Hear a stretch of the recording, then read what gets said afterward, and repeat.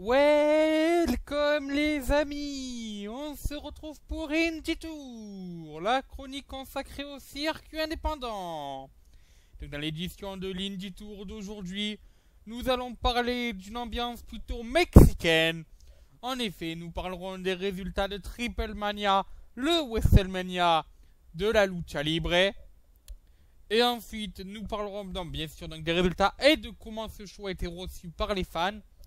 Et nous terminerons par parler donc de la Lucha Underground. Y aura-t-il une seconde saison? C'est ce que nous découvrirons. Commençons donc directement avec les résultats donc de Triple Mania. C'était la 23e édition. Se déroulait à l'Arena Ciudad de México. Le 9 août. C'était à 18h, heure mexicaine. Notons qu'il n'y avait pas un, mais deux grands main events en cette soirée. Le premier, pour le titre de Mega Campeón, le champion Alberto Del Rio, ou El Patron, comme on l'appelle maintenant, affronte l'homme qui vient du 553, Brian Cage. Mais ce n'est pas tout. Le second main event de la soirée était lui un dream match. Un once in a lifetime. Un match que tout fan de Lucha Libre rêverait de voir. Le Colibri, Rey Mysterio Jr., vainqueur du Royal Rumble 2006, vainqueur du main event de WrestleMania la même année, il a détenu à plusieurs reprises le titre de champion du monde poids lourd de la WWE.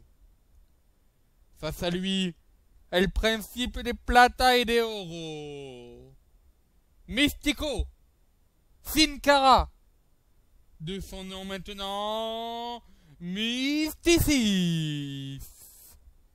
Les deux ont été partenaires, les deux ont gagné la toute première Lucha Libre World Cup avec Alberto Del Rio.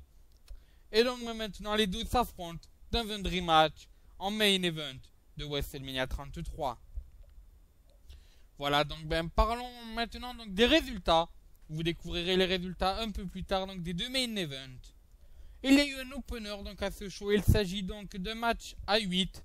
Il opposait Dinastia, Pimpinela Escarlata, Koya Kong et Drago, qui ont battu Mini Psycho Clown, Mamba, Sexy Star et Daga. C'est Pimpinela Escarlata qu'on a vu qu'on a vu un peu jobber à la Lucha Underground quelques fois, qui a fait abandonner Sexy Star dans une prise de soumission. On a ensuite eu un match à 6, un match d'adieu. Donc Bilano 13, Bilano 4 et Bilano 5. Donc los Bilanos ont affronté The Psycho Clown Circus. C'était le dernier match de Bilano 13 et c'est une victoire pour ce dernier qui a donné la victoire à son équipe. On a ensuite eu un match à 9, un match un peu spécial en fait. 3 trios rentrent dans une cage. Le but de ces matchs est décrocher le titre qui y a accroché en haut de la cage. C'est vraiment un match assez spécial. C'est un match qui a été inventé par la AAA. Donc c'était pour le titre des trios qui était détenu par leurs Health Brothers. Il s'agissait d'Aberno, Cibernetico et Chessman. Leurs adversaires sont Jack Evans, Andrelico et Phoenix. Ça c'est pour le deuxième trio. Et pour le troisième trio, il s'agit d'El Hierro de Fantasma, King Cuerno, de son nom à Lucha Underground, Pentagon Junior et Tejano Junior. La victoire a été donnée donc à los Hell Brothers après que Averno ait décroché les titres. Blue Demon Jr. et la Parka ont ensuite battu dans un match par équipe Electroshock et El Messias. C'est Blue Demon Jr. qui a fait abandonner Electroshock dans un Star Trooper. On a ensuite su qui étaient les deux introduits au temple de la renommée Hall of Fame. Il s'agit des deux défunts Hector Carsa et El Perro Aguayo Jr. En tout cas, bel hommage posthume rendu à ces deux temples de la Lucha Libre qui rentrent justement dans le temple de la renommée. Et donc on passe maintenant au premier main event de la soirée. C'était un match cheveux contre cheveux. Qui pourra s'arracher les cheveux après cette rencontre? Eh bien, il s'agit de Brian Cage. En effet, The Fucking Machine a abandonné et donc a perdu dans le Gigi Gatame del Patron qui conserve son méga champion. Son titre de méga champion. Enfin, donc passons à ce Dream Match. Donc opposant Rey Mysterio à Mysticis. C'est le luchador Rey Mysterio qui s'est imposé en faisant abandonner son ancien partenaire par équipe avec la Mystica, la prise de soumission de Mysticis. Notons qu'après le match, il y a eu plein d'attaques. Enfin, le show s'est vraiment terminé en feu d'artifice. Mais bon, comme souvent, à la lucha, comme souvent à la Triple A. Alors notons que ce show, au niveau de la qualité in-ring, a été très bien vu. Cependant, au niveau donc de la qualité de diffusion, là par contre, il a reçu beaucoup de critiques. En effet, il y a eu beaucoup de problèmes sonores. Alors déjà au début, lorsqu'il y a eu donc une sorte de speech de bienvenue de la part du patron de la AAA, le son, on entendait très mal. En fait, ça grésillait. Je sais pas quoi ils ont fait, en fait, ils ont mal fait les balances, ça grésillait énormément, on entendait à peine les mots que disait cette personne-là. On a ensuite eu, alors lors de la diffusion donc, de la vidéo introductive justement, donc de Triple Mania, l'appareil des bugs au niveau du son. On a ensuite eu des moments où le son a été coupé. Et il y en a même eu des moments où l'image a sauté.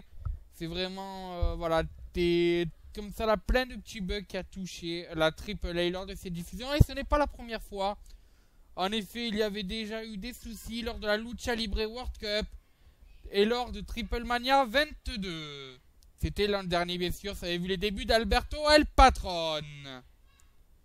Voilà, ben parlons maintenant donc de l'avenir de la Lucha Underground. On sait que beaucoup donc beaucoup de luchadors de la AAA viennent dans cette fédération. Cette fédération a fermé ses portes, enfin, du moins a pris une pause. C'était donc à partir de mercredi après la diffusion du deuxième épisode d'Ultima Lucha. La première saison terminée, on s'oriente alors vers une seconde saison. Et la question qui a sur toutes les lèvres, c'est est-ce qu'il y aurait une seconde saison et quand?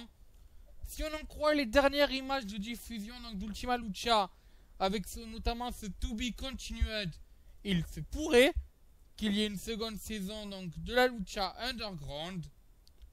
Cependant, on se rappelle que lors à la fin de ce même épisode d'Ultima Lucha, Dario Cueto était parti du temple en disant qu'il n'était plus en sûreté. Donc soit ça signifie un changement de lieu, soit pas de seconde saison. Et c'est ce que les dernières rumeurs sont en train de conforter. En effet, les officiels de la Lucha Underground ont annoncé à leurs superstars qu'ils pouvaient accepter des bookings jusqu'à la fin de l'année, des bookings autres que la AAA et la Lucha Underground jusqu'à la fin de l'année. Cela veut dire donc pas d'enregistrement de la seconde saison de la Lucha Underground jusqu'à la fin de l'année. Voilà, c'est sur ce donc que se termine ces Indie Tours. On se retrouve donc jeudi pour un épisode spécial Ring of Honor. Nous parlerons des résultats du dernier show télévisé de la Ring of Honor. Nous évoquerons la match card de Field of Honor. Et nous terminerons par parler de Women's of Honor. Vous découvrirez ce qui se cache derrière cette phrase. Enfin, on se retrouve samedi, pas pour la Lucha Underground, mais pour de la CZW. Nous parlerons des résultats du dernier show de la CZW. Et nous évoquerons aussi l'avenir d'un des anciens de Tough Enough. Un des anciens de cette édition de Tough Enough. Vous découvrirez qui c'est et quel est son futur dans les semaines, dans les jours à venir. Voilà, restez connectés. Donc rendez-vous tous les mardis, tous les jeudis, tous les samedis à 20h pour les Indie Tours. Et sur ce, moi je vous dis, adieu, bonsoir les amis.